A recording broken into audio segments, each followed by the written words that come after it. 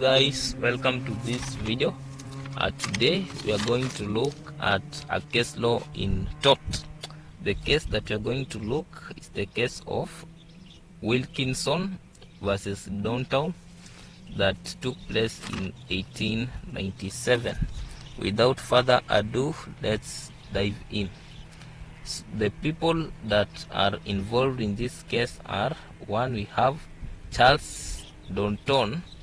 Charles Downton is a regular patron of a London pub. Was a regular patron of a London pub.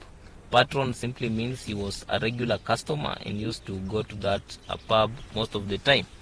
We also have Wilkinson, who in this case was the pub owner. So what happened? Here is what happened in this case. Downton lied to the pub owner that her husband has suffered an accident and as a result injured his limbs. So after this news, the pub owner, in this case we are talking about Wilkinson, the lady, got nervous sickness as a result of the news. She was shocked very much and she suffered a sickness as a result. So she took Downton to a court complaining that she had suffered as a result of the false news that Downton had told her. So this is what was decided in the court, that the fact that Downton passed the information as a joke is irrelevant and Mrs. Wilkinson is entitled to damages. So this case highlights a very important concept, that the intent of a tortfessor is irrelevant as long as the tortfessor ends up committing damages. For example, in this case we see that Downton passed this information as a joke, but it ended up creating damages. So we also have to understand another important thing is that the law is a dynamic subject and it keeps evolving day and night. So things change from time to time. Concepts of the law change from time to time.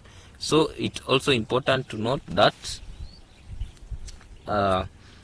sometimes the intent of the tortfessor may be good and not really bad and cause damage that may be explainable. So these things are negotiable in court. That's why we have hearing, so that the judges are able to make a decision that is fair to both sides and a decision that uphold the rule of law.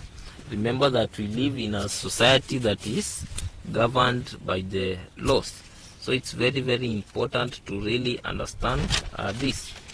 So in the law of tort, the fact that a damage has been committed or harm has been committed entitles the one to whom the harm has been delivered to some sort of release or some sort of compensation from the other that wrought the harm or the person that committed the harm.